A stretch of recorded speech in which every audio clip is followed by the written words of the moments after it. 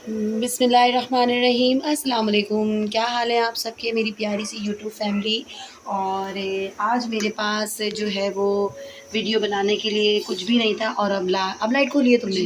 तो लाइट ही नहीं खुली हुई थी और भूल गई थी क्योंकि न्यू मोबाइल है ना, तो इसीलिए ज़रा मसला हो रहा है। और तुम इस तरफ आओ ताकि मैं अपना काम भी आराम से कर सकूँ और मैं बातें भी करती रहूँ आप लोगों के साथ। तो बात मुझे ये करनी थी कि मैंने पक्का इरादा कर लिया था अपना यूट्यूब चैनल छोड़ने का, और मेरा कोई मूड नहीं था। मैंने बिल्कुल ख़त्म कर दिया था। मैंने कहा था मेरा कोई मूड नहीं है अब ना ये वीडियोस वगैरह बनाने के लिए, क्योंकि सच बात बताऊं कि बहुत ज़्यादा मेहनत भी लग रही है। और अफसोस इस बात पर होता है कि लोग, फिर हम तो मुखलिसी दिखाते हैं लेकिन लोग हमारे साथ ना मुखलिसी नहीं करते। लोग जो है हमें अजियत देते हैं, मतलब चैनल को सब्सक्राइब करवा लेते हैं और फिर वापस भी नहीं करते गिफ्ट्स। तो इन बातों से ना बड़ा मेरा दिल ख़राब हुआ था। मैंने कहा था भाई ख़त्म ही कर दूँगी। और फिर कुछ घर के भी मसाइल, ज़ाहिर सी बात है, हम घरेलू औरतें, हमें घर के साथ लेकर चलना है हर काम को, तो वो भी सब कुछ देखना पड़ रहा था। तो मैंने सोचा कि बस भाई अब बस बहुत हो गया। लेकिन क्योंकि हर चीज़ ही आधे रास्ते पर हैगी और आधा काम हो चुका है, वॉच टाइम आधा और सब्सक्राइबर आधे हुए होंगे, तो अब ये भी हो रहा है। और फिर दूसरी बात मेरे लिए अच्छी ये थी कि मेरे हस्बैंड ने मुझे बहुत जो है वो इनकरेज किया, कहने लगे नहीं तुम जैसा चल रहा है वैसा ही चलने दो और परेशान नहीं हो, कभी ना कभी अल्लाह पाक ज़रूर आसानी के मामलात करेगा इंशाल्लाह इंशाल्लाह। तो अब मैं सच बात तो ये कि मैं बहुत ज़्यादा डीमोटिवेट हो चुकी थी, लेकिन फिर दोबारा कहते हैं ना हिम्मत बंधाई मैंने अपनी।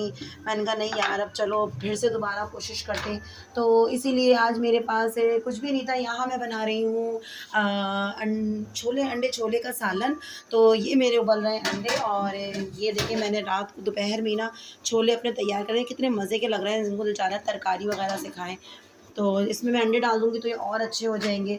तो ये मेरी एक्टिविटी है। ये रात की रोटी बची हुई थी, इसको मैं फ्राई कर लूँगी क्योंकि ज़ाया तो करने का आजकल कुछ भी नहीं है भाई, महंगाई बहुत ज़्यादा है और रमज़ानों की बस आमद है। रमज़ान जो है वो बहुत करीब है हमारे। तो ये देखिए ये आटा गूँधा है तुमने। अब ये तो बर्तनों का तो हाल ये है कि मत पूछे, ज़रा सा काम किया और बर्तन फ़ौरन जमा हो जाते हैं। तो बस यही मैंने सोचा था कि मैं जो हूँ वो ख़त्म कर दूँगी अब अपना ये चैनल वगैरह का चक्कर। लेकिन फिर ख़ैर हस्बैंड ने मेरी बहुत हिम्मत बंधाई, कहने लगे नहीं भाई तुम जैसे चल रहा है वैसे ही चलाती रहो। और फिर मेरी हिम्मत बढ़ गई। मैंने कहा चलो यार अब ये हिम्मत दे रहे हैं तो करना चाहिए। और बस मुझे यही बात करनी थी आप लोगों से कि हिम्मत नहीं छोड़ें, क्योंकि मुझे पता है सब मेरी ही तरह के हैं, काम में मसरूफ़ रहने वाले लोग हैं। और फिर ये भी काम हम लोगों ने आपस में शुरू किया हुआ है, तो बस इसके साथ साथ ये है कि हिम्मत नहीं हारनी है, बस करते रहना है, करते रहना है। और अल्लाह पाक कभी ना कभी ज़रूर हमारे लिए भी आसानियाँ करेगा इंशाल्लाह इंशाल्लाह। बस ये है कि बीच रास्ते में है, आधा वक्त हुआ है, हर चीज़ आधी आधी हुई हुई है। और बस यही मुझे कहना था। और बाकी ये है कि रमज़ान करीब है और रमज़ानों की आमद है। अल्लाह पाक हम सबको हिम्मत ताकत दे। और ये मेरी रोटी चिपक रही है कि आराम से चलें, खैर है उठ गई है। और बातों ही बातों में ये मेरी बेटी ने मुझे कहा था आमना आ जाओ 2 रोटियां रह गई, 2 बना लो तुम। तो वो बनाना सीख रही है, तो वो कह रही थी कि मम्मा मुझे भी दे दीजिएगा 2 रोटियां। तो ये कि एंड की 2 रोटियां हमने भी इसी तरह रोटियां बनाना सीखी। हमारी अम्मी हमारे लिए 2 रोटियां छोड़ दिया करती थी एंड की, फिर हम वो बेलते थे। तो वो भी यही कह रही है मम्मा 2 छोड़ दीजिएगा, फिर मैं वो बेलूँगी ताकि बेलना है।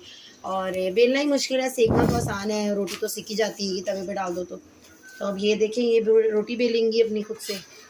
और अब ये कि ज़ाहिर-सी बात है बेटियों को भी हर काम आना चाहिए और बेहतर हो के घर से ही सीख ले तो ज़्यादा बेहतर है। ज़ाहिर है आज यहाँ है कल पराए घर जाना होता हैगा, तो बस अल्लाह पाक कभी किसी का मोहताज ना करे। और हर काम में हर बच्ची एक्सपर्ट हो और अल्लाह पाक बस बेटियों के नसीब बहुत अच्छे करे। इस दुआओं के साथ मैं अब आप लोगों से इजाज़त चाहती हूँ। दुआओं में याद रखिएगा। अल्लाह हाफ़िज़।